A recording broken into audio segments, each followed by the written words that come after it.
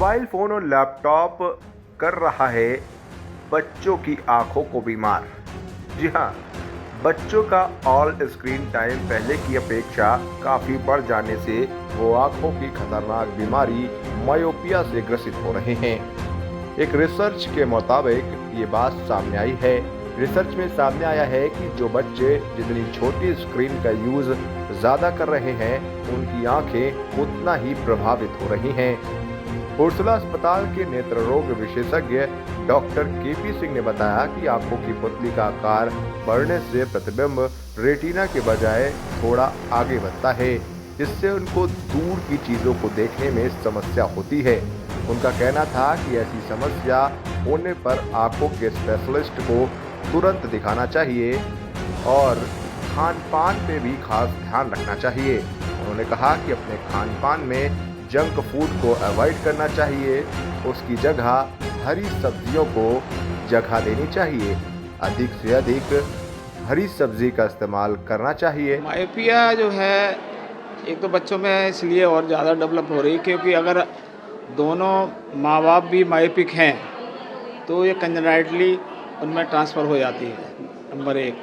Number दो, जो बच्चे जो है स्टार्टिंग में ही मोबाइल वगैरह चैटिंग करते हैं तो उससे भी एक स्ट्रेस पड़ता है और डेवलपमेंट होता है हमारी आँख का।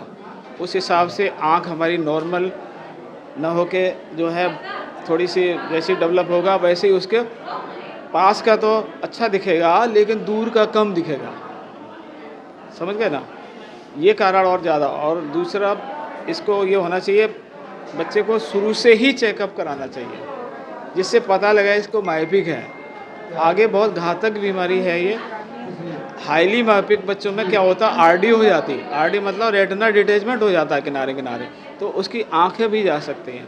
तो हर 6 महीने में बच्चे को रेटिना स्पेशलिस्ट से दिखाना बहुत ज़रूरी होता है। कुछ लोग लापरवाह होते हैं, घर वाले नहीं दिखाते हैं, तो पहला लक्षण क्या पता चलेगा कि तुरंत जाके घर वाले दिखाएं उनको?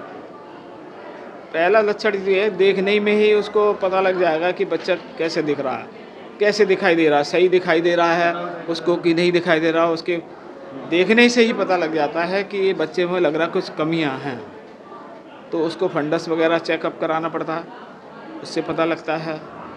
और बाकी जब जैसे बड़ा होता है वैसे ही उसको चश्मे की ज़रूरत पड़ती है।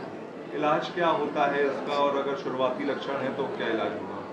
इलाज तो ये है कि हरी सब्जियों बच्चों में खिलवाएं, विटामिन्स की यूज़ करें, जो भी बी कम्प्लेक्स है विटामिन ए वाले फ्रूट्स खिलाएं, जैसे पीले फल जो भी होते हैं, केला है आपका, पपीता है, ये सब खिलाना शुरू करें क्योंकि विटामिन्स की बहुत ज़्यादा कमियां हो रही हैं बच्चों में, क्योंकि हरी सब्जियां खाते नहीं हैं। पिज़्ज़ा बर्गर और ये बाहर का खाना बहुत कम लेना चाहिए, जब ओकेज़न पर लें, ये मेन कारण। और दूध पीना बहुत ज़रूरी है बच्चों के लिए। बच्चा अगर मोबाइल चला रहा तो उसकी ड्राई आँखें हो सकती हैं, ये खुली रहेंगी, समझ गए ना। और पुतली इफेक्टेड कर सकती है। ड्राई आई होने के मतलब उसको जो है आगे जाके बहुत प्रॉब्लम आएगी, तो ये नहीं देना चाहिए। ये तो बहुत मतलब जो है एक तरह से हमारे क्या सभी वर्ल्ड में ये एक तरह से घुस गई है एक बीमारी कि जो बच्चों को देना और वो देना, तो वो कम से कम यूज़ होना चाहिए। उसका रेडिएशन का भी इफेक्ट पड़ता है। मेरा नाम कार्तिकेय वाजपेयी है, मेरी उम्र 17 साल है और जब मैं क्लास 4th में था तभी -4 का चश्मा लग गया था। फिर जैसे उम्र बढ़ती गई तो चश्मे का नंबर भी बढ़ता गया। अब मेरी उम्र 17 साल है और उसको -14 का चश्मा लगा हुआ है और ये वाली आँख में भी और नंबर बढ़ चुका है।